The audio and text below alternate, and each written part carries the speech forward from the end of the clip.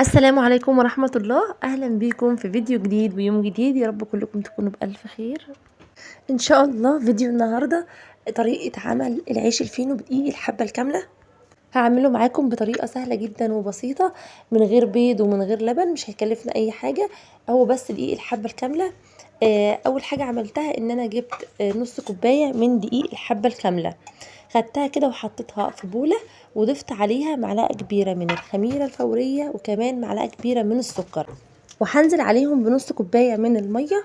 وبعدين هفضل اقلب المكونات دي كويس جدا مع بعض، يعني عايزه اخلي السكر يشتغل مع الخميره، وفي نفس الوقت حطيت نص كوبايه دقيق الحبه الكامله، علشان كده هدي فرصه للخميره انها تتفاعل اكتر وتبقى معايا احسن في العيش، لان العيش الفينو ده كله معتمد على الخمران عشان يطلع معاكي ناجح. سبتهم بقى على جنب وغطيتهم، وهوريكم شكلهم دلوقتي، وده يعتبر برضو اختبار للخميره.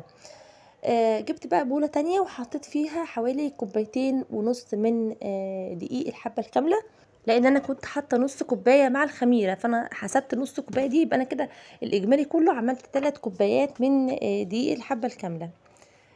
ضفت على الكوبايتين ونص من الدقيق، ضفت عليهم رشه من الملح. وبعدين كان في الوقت ده الخميره طبعا في الحر اللي احنا فيه ده، الخميره شايفين بقى عليت معايا ازاي، وتلاقي عملت كده فقاعات واختمرت خالص. وده نوع الخميره اللي انا بستخدمه. الكيس تقريبا ب10 جنيه، فيه حوالي معلقتين كبار من الخميرة الفورية، وانا لما جيت اشتغلت في الوصفة اشتغلت بمعلقة كبيرة واحدة بس من الخميرة. في باكيتات تانية من نفس النوع على فكرة في فتح الله، بتبقى باكيت صغير كده بسعره 38 جنيه، ده حلو جدا لو جبتيه وفضيتيه في برطمان ازاز وحطيه في التلاجة، هيقعد معاكي الشهر كله لو انت بتعملي حتى معجنات كتير، فهينفعك جدا. ضفت كمان معلقه من الخل، ومعلقه صغيره من البيكنج باودر. البيكنج باودر هيساعد ان العجينه ترفع معايا، وهيخليها ترفع وتكون هشه كده من جوه. بس معلقه صغيره، ما تكتريش، علشان ما البيكنج باودر عموما بينشف، لكن الخميره الفوريه بتخلي العجينه طريه. فالبيكنج باودر ده هيساعد ان العجينه ترفع معايا، وفي نفس الوقت هيديني نتيجه حلوه جدا في الخمران. بالنسبة للخل، الخل ده يعتبر محسن طبيعي حلو جدا جدا في المعجنات، وكمان بيساعد في عملية الرفع، وكمان بيخلي العجينة لونها فاتح، فهو حلو جدا في العجين. ضفت هنا بقى الخميرة كده كلها على العجين مع المكونات الجافة دي، وهبدأ ان انا اقلب كله مع بعضه. وكمان هضيف كوباية من المية، بس هنزلها شوية بشوية، لان دقيق الحبة الكاملة اللي انا استخدمته دقيق سايب مش دقيق شركات، فمقدار المية بيختلف من نوع الدقيق للتاني.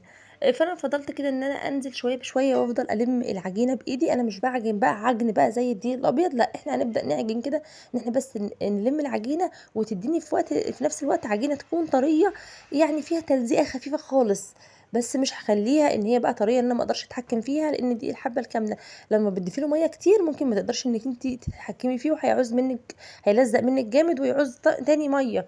فانا بس هلم بس العجينه لحد ما تكون طريه في ايدي، وفي نفس الوقت برضو ما تخليهاش ناشفه، انك عشان بقى هتلاقيها بتلزق معاكي تلزيقه خفيفه كده. تاخدي معلقه من الزيت، انا حطيت معلقه كبيره من زيت الزيتون، وفضلت ان انا اعجن بيها كده لحد ما لمت العجينه كده معايا وخلاص. ودهنت، جبت شويه زيت عاديين ودهنت بيهم البوله، وحطيت العجينه وسبتها تختمر. ليه حطيت معلقه واحده بس من زيت الزيتون؟ لان انا عامله 3 كوبايات بس من الدقيق، 3 كوبايات دول يعني هي كميه مش كبيره، فانا مش عايزه اكتر الزيت، لان لما تكتري الزيت في اي عجينه ممكن تنشف معاكي. فانا حطيت معلقه واحده بس، لو هتضاعفي الكميه هتضاعفي طبعا الزيت. ممكن ان احنا نضيف اي نوع من انواع الزيت التاني، بس ما يكونش ليه ريحه، يعني لو بتستخدمي زيت التموين يكون زيت كويس ملوش ريحه.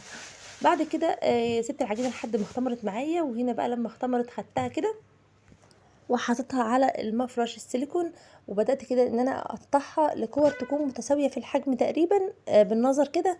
وهبدأ دلوقتي بقى في تشكيل العجينة. جبت الصينية بتاعتي ودهنتها دهنة خفيفة من الزيت، لان انا لسه هسيبها تخمر تاني، ولازم تخمر المرة التانية تاخد راحتها جدا في الخمران، لان ده هو ده سر نجاح العيش، ان هي تاخد راحتها في الخمران.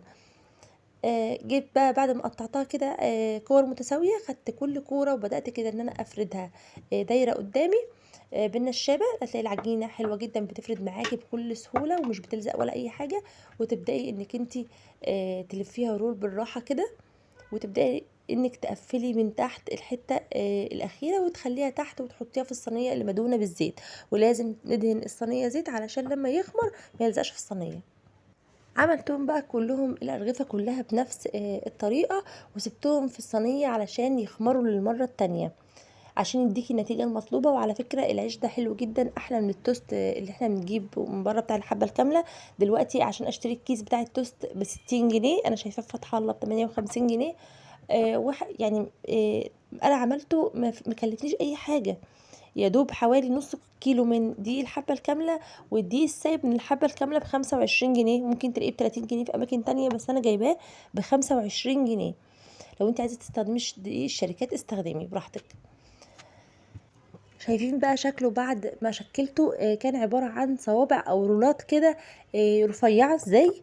انا بقى حاسبها تخمر وتاخد راحتها في الخمران خالص، وده سر نجاح العيش معاكي، انك لازم تسيبيه ينفخ مع نفسه خالص ويرتفع.